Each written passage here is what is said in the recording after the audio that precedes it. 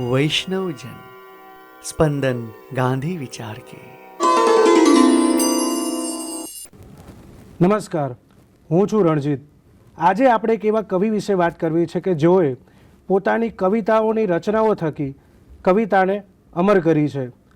ચંદ્રકાંત શેઠ વિશે વાત કરવા માટે હાલ આપણી સાથે ઉપસ્થિત છે સંજયભાઈ મકવાણા, જેઓ ગુજરાતી સાહિત્ય અને ગુજરાતી વિભાગના ડીન છે, અધ્યક્ષ છે અને તેઓ 20 જેટલા પુસ્તકોનું સંપાદન, વિવેચન અને સંશોધન કર્યું છે।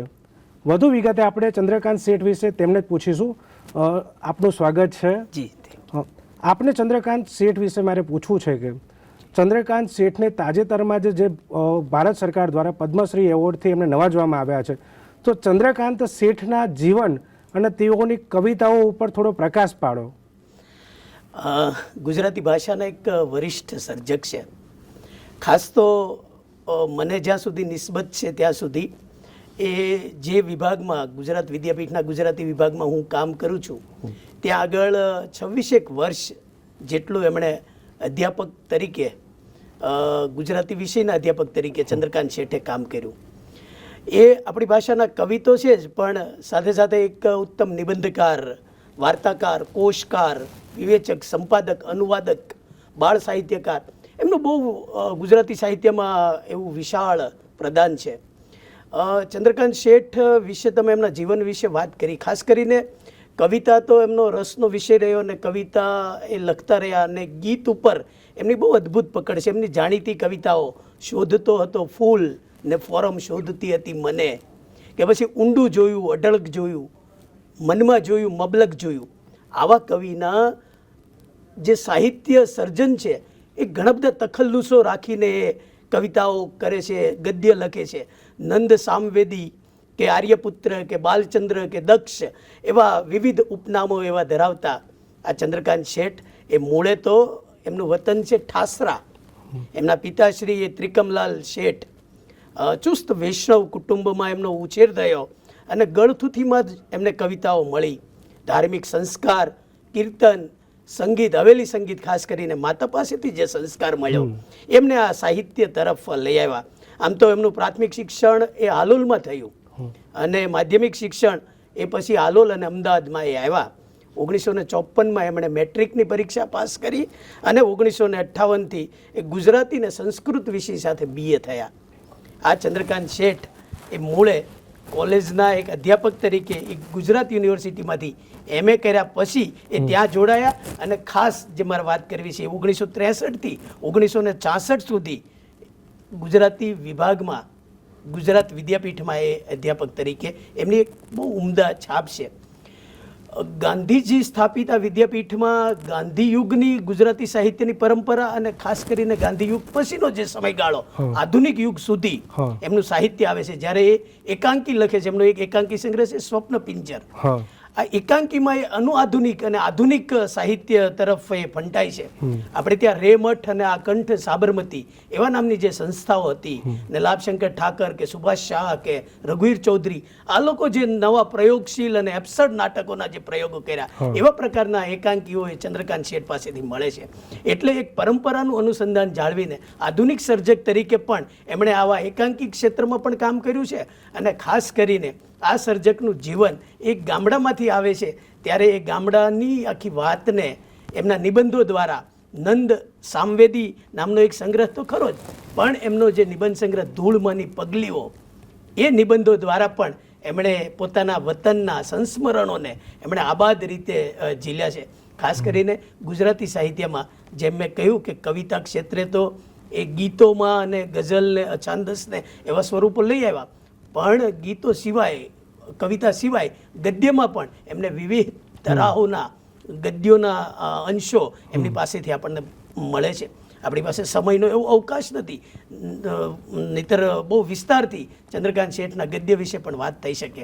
આવા એક ચંદ્રકાંત શેઠ જે મૂળ તળ ગામડામાંથી, ગુજરાતના એવા પ્રદેશમાંથી અને અમદાવાદ જેવા વિસ્તારમાં આવે છે ત્યારે એક સાહિત્યકાર તરીકે એમને કુમાર સુધી, કુમાર બચુભાઈ રાવત એ ચલાવતા હતા, જે જાણકાર છે સાહિત્યકારો છે એમને તો વિશેષ ખબર હશે કે કુમારમાં કવિતાઓ છપાય. ચંદ્રકાંત શેઠ વિદ્યાપીઠમાં રઘુવીર ચૌધરી સાથેનો એમનો પરિચય અને કુમારમાં બચુભાઈ રાવતનો પરિચય અને કુમારમાં કવિતાઓ છપવા માંડી એમ કરીને એક અધ્યાપક તરીકે અને એક સર્જક તરીકે કવિતાથી પ્રયાણ કરીને એમના ગદ્યના ઉત્તમ આપણને નમૂનાઓ મળે છે એમની કૃતિઓમાંથી આપણને મળે છે.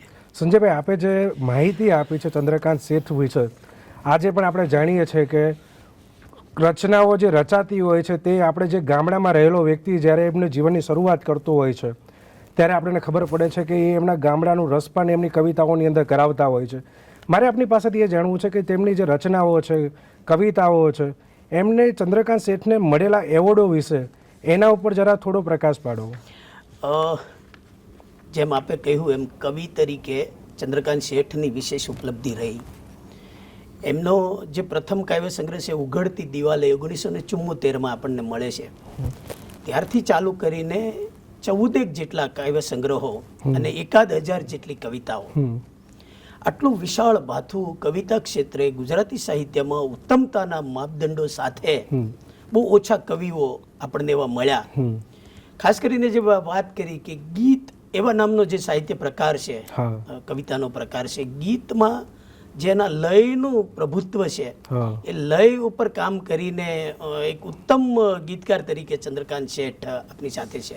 હવે જે તમે કહ્યું કે એમને જે મળેલા પારિતોષિકો છે એ તો ઘણા બધા, તમે જેમ વાત કરી શરૂઆતમાં કે પદ્મશ્રી પુરસ્કાર મરણોત્તર જાહેર થયો, ભારત સરકારે એમને મરણોત્તર પદ્મશ્રી આપ્યો એ તો છે જ છે, પણ આ સિવાય એમને રણજીતરામ સુવર્ણચંદ્રક 1985માં, કુમાર ચંદ્રક 1964માં, સાહિત્ય અકાદમી દિલ્હીનો પારિતોષિક 1986માં, નર્મદ સુવર્ણ ચંદ્રક 1983માં, એમ વિવિધ પારિતોષિકો, પ્રેમાનંદ સુવર્ણચંદ્રક, મનુભાઈ પંચોળી દર્શક એવોર્ડ્સથી 1917માં નવાજવામાં આવ્યા.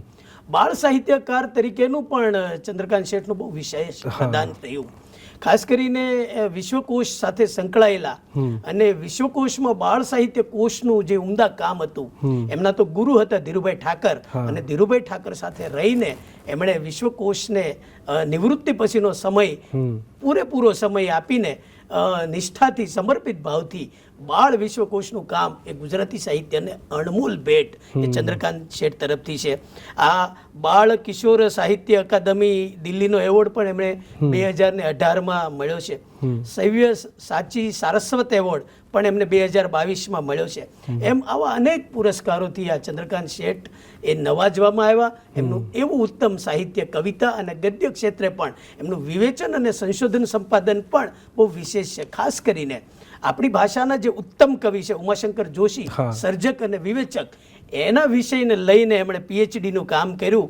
1979માં એમણે વિદ્યા વાચસ્પતિની ડિગ્રી ઉમાશંકર જોશી. તો આટલા મોટા ગજાના સર્જક ઉપર ગુજરાતી સાહિત્યમાં જે અત્યારે હાલમાં પીએચડી કરતા એવા વિદ્યાર્થીઓને માર્ગદર્શક રૂપ એવું આ ઉત્તમ કામ એ ચંદ્રકાંત શેઠ પાસેથી આપણને મળ્યું છે. સંજયભાઈ, આપ જે માહિતી આપો છો, મને લાગે છે કે જે લોકોને કવિતાઓમાં જેમને રસ પડે તેઓ ચોક્કસ ચંદ્રકાંત શેઠની કવિતાઓ, રચનાઓને ધ્યાને દોરવી જોઈએ.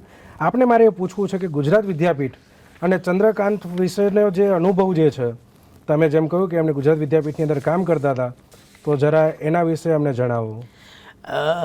ચંદ્રકાંત શેઠ અધ્યાપક તરીકે વિદ્યાપીઠમાં જોડાયા. બીજી બધી જ યુનિવર્સિટી, કઈ સાલમાં એમને વિદ્યાપીઠની અંદર જોડાયા હતા? ગુજરાત વિદ્યાપીઠમાં એ ખાસ કરીને 1963 થી 1966 સુધી અને પછી ફરી 1972 થી 1998 એટલે નિવૃત્ત થયા ત્યાં સુધી, અને અધ્યક્ષ તરીકે નિવૃત્ત થયા, ગુજરાતી વિભાગના અધ્યક્ષ હતા. પણ એની જે ચીવટ હતી, વિદ્યાર્થી પ્રીતિ હતી, કામ કરવાની જે ધગશ હતી, એમનો જે ઉત્સાહ હતો, એ આપણને આમ માર્ગદર્શક રૂપ એ સાંપડે છે. ખાસ કરીને ચંદ્રકાંત શેઠ ગુજરાત વિદ્યાપીઠમાં ગાંધી વિચાર આધારિત સંસ્થામાં જોડાયા તો સંપૂર્ણપણે એ ગાંધીજીને અનુસરીને, ગાંધી વિચારને અનુસરીને અભ્યાસમાં, અધ્યયનમાં, અભ્યાસક્રમમાં વિદ્યાર્થીઓ સાથેની એમની નિસ્બત એ બહુ જ વિશેષ અને વિશિષ્ટ રહી છે. એમના સંસ્મરણોમાં તો આપણે એમને મળ્યા ત્યારે રૂબરૂ વાત સાંભળી હોય, એમની પાસેથી જે વિદ્યાર્થીઓ તૈયાર થયા, હાલમાં જે અધ્યાપકો હોય એ જે તે જગ્યાએ કામ કરતા હોય, આજે પણ આ ચંદ્રકાંત શેઠને, એમના કર્તૃત્વને, એમના વ્યક્તિત્વને એ યાદ કરીને એમને એવી રીતે જુએ છે કે એક સારા સાચા અધ્યાપક તરીકેની એમની એક છાપ અને વિદ્યાપીઠના એક પાયાના કાર્યકર સેવક તરીકેની એક છાપ એમનામાં આપણને એમના વ્યક્તિત્વમાં પણ દેખાય છે, એમના કર્તૃત્વમાં પણ દેખાય છે. જી સાહેબ, આપને મારે એક એવું છે કે ચંદ્રકાંત શેઠ વિશે તમે જે આટલી બધી વાતો કરી છે, ચંદ્રકાંત શેઠની કોઈ કવિતા રચનાનું પઠન કરવું હોય તો તમે કઈ કવિતાને અહીંયા તમે? આમ તો એમની ઘણી બધી ઉત્તમ રચનાઓ છે. મેં કહ્યું એમ 1000થી પણ વધારે કવિતાઓ આપને જે વધારે ગમતી હોય એમની કોઈ રચના? એક કવિતા હું લઈ આવેલો ને બહુ સરસ કવિતા છે, એમનો હું પાઠ કરું. ગીત કવિતા છે. જી. બે પંખીને મળવું છે પણ નથી મળાતું. બે પંખીને મળવું છે પણ નથી મળાતું. એક વળાંકે વળવું છે પણ નથી મળાતું. એક પંખી છે પિંજર પૂર્યું, પગ પણ બાંધ્યો પાસે. અવર પંખી તે ચિન્ન પાંખ છે, ઉડતા કેમ ઉડાશે. બે પંખીને ઊંચે જવું છે નથી જવાતું. જોડે રહીને જલ પીવું છે એક ઝરણનું નથી પીવાતું. એક પંખીને દિવસ મળ્યો છે, અવર પંખીને રાત. એક કથેને અવર સુણે કેમ બને રે વાત. બે પંખીને એક ડાળ પર ઝૂલવું છે પણ નથી ઝૂલાતું. એકબીજામાં ખુલવું છે પણ નથી ખુલાતું. આ ઉત્તમ ગીત. છત મળશે ને છત્તર મળશે, ગોદ માતાની ક્યાં. શયન ખંડ ને શૈયા મળશે, સોડ માતાની ક્યાં. રસ્તો મળશે, રાહી મળશે, રાહત માની ક્યાં. ચાંદ સૂરજ ને તારા મળશે, આંખો માની ક્યાં. પલ્લવ ને પુષ્પો તો મળશે, પાલવ માનો ક્યાં.